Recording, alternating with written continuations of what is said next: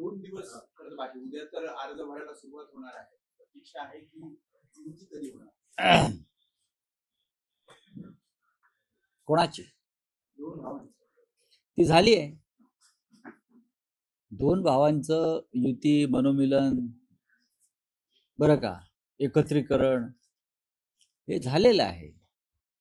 आता राजकीय युतीविषयी म्हणाला महानगरपालिकेतल्या, तर मुंबईसह इतर नाशिक, कल्याण, डोंबिवली, ठाणे इकडल्या चर्चा जवळजवळ अंतिम टप्प्यात आल्या, काही ठिकाणी संपलेल्या. तरीही इतक्या मोठ्या महानगरपालिका आहेत, शेवटपर्यंत त्या यादीवर हात फिरवला जातो आणि त्या दृष्टीनं काम चालू आहे. 23 तारखेपासून मला वाटतं अर्ज भरण्याचं सुरुवात. त्याच्या आधी 100% शिवसेना आणि महाराष्ट्र नवनिर्माण सेनेच्या युतीची घोषणा एकत्रितपणे धूमधडाक्यात वाजत गाजत केली जाईल. पण काही उद्या 23 तारीख आहे. ठीक आहे ना, होईल ना उद्या. 23 तारखेचा मुहूर्त आहे का? नाही, असा मुहूर्त काय काढलेला नाहीये. पण मी तुम्हाला कालही सांगितलं की हा एक नवीन प्रयोग आहे.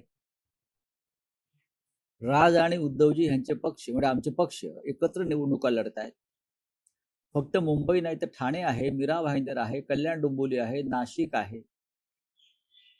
या सर्वत्र दोन्ही बाजूचे लोक यांनी चर्चा पूर्ण केली आणि त्याच्यावरती आता आज दिवसभरामध्ये शेवटचा हात फिरवला जाईल.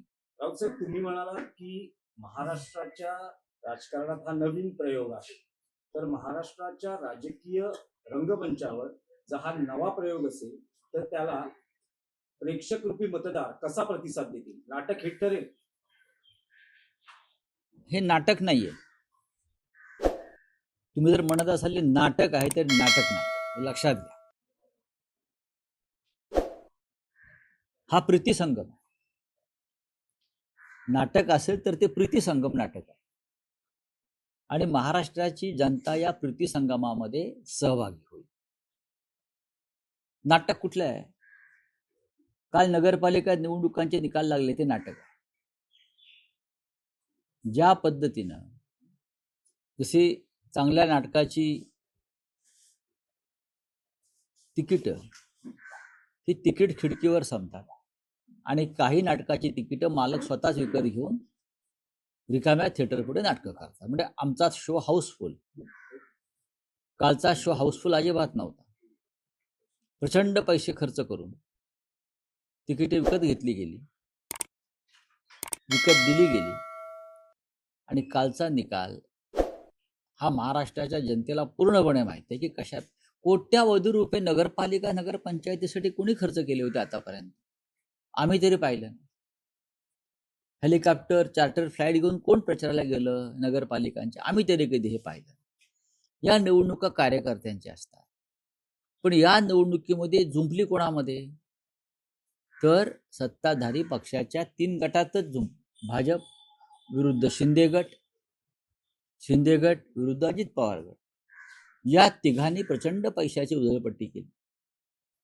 कोकण असेल, मराठवाडा असेल, उत्तर महाराष्ट्र असेल, कोट्यावधी रुपये आले कुठून, कसे आले, वाटले गेले, पकडले गेले. काय केलं निवडणूक आयोगानं? हर्षवर्धन सकपाळ प्रदेश काँग्रेसचे अध्यक्ष म्हणतात ते 100% खरं आहे की निवडणूक आयोगाने सत्ताधारी पक्षाला जिंकण्यास मदत केली. या चुकीचं काही नाही. तरीही आम्ही आमचे कार्यकर्ते लढले, आमचे नेते गेले नाहीत, कारण आम्ही वर्षानुवर्ष ही निवडणूक कार्यकर्त्यांवर सोडली आणि नगरपालिका निवडणुका जिंकल्या म्हणून जर मेंदे म्हणत असतील असली कोण नकली कोण, चिन्ह बाजूला ठेवा चोरलेलं. आमचं चोरलेलं चिन्ह अमित शहाने जे तुम्हाला दिलंय दरोडा टाकून, ते बाजूला ठेवा आणि निवडणुकीला उतरा. मग असली कोण नकली कोण याचा फैसला होईल.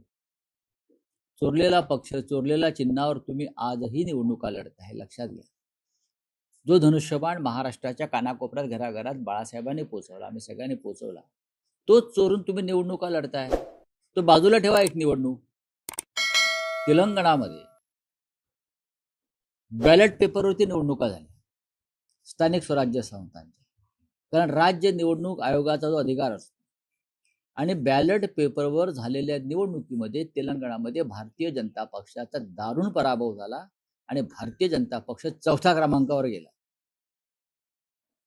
त्याच्यामुळे ईव्हीएमवर संशय तर येणारच. आकडे बघा महाराष्ट्रातले, जे विधानसभेचे आकडे आले तेच नगरपालिका झाले. 120 125 काय जे काय आहेत ते जे भाजपला विधानसभेत मिळाले, 54 जे शिंदे गटाला व शिंदे सेनेला विधानसभेत मिळाले आणि 40-42च्या आसपास अजित पवार. हेच आकडे विधानसभेत आले ना. म्हणजे त्याच मशीन वापरल्या का सेटिंग केलेल्या, फिटिंग केलेल्या? तेव्हा तुम्ही विकासाचा विजय, देवाभाऊंचा विजय, असली नकली शिवसेना आहे कोणाला सांगताय? हे आम्हाला सांगू नका. जनता उद्यापासून म्हणाला सुरुवात करेल. आम्ही तर मत नाही दिलं यांना. उद्या तुम्ही सर्वे कराय आणि लोक सांगतील 100 पैकी 80 आम्ही यांना मत दिलं नाही. जिथे सर्वाधिक मतानं हे निवडून आलेले आहेत सातारा वगैरे भागात, तिथे उद्या लोकांचा सर्वे करा. आम्ही यांना मत दिलं नाही, हे जिंकले कसे आम्हाला माहित नाही. ही लोकांची रिॲक्शन.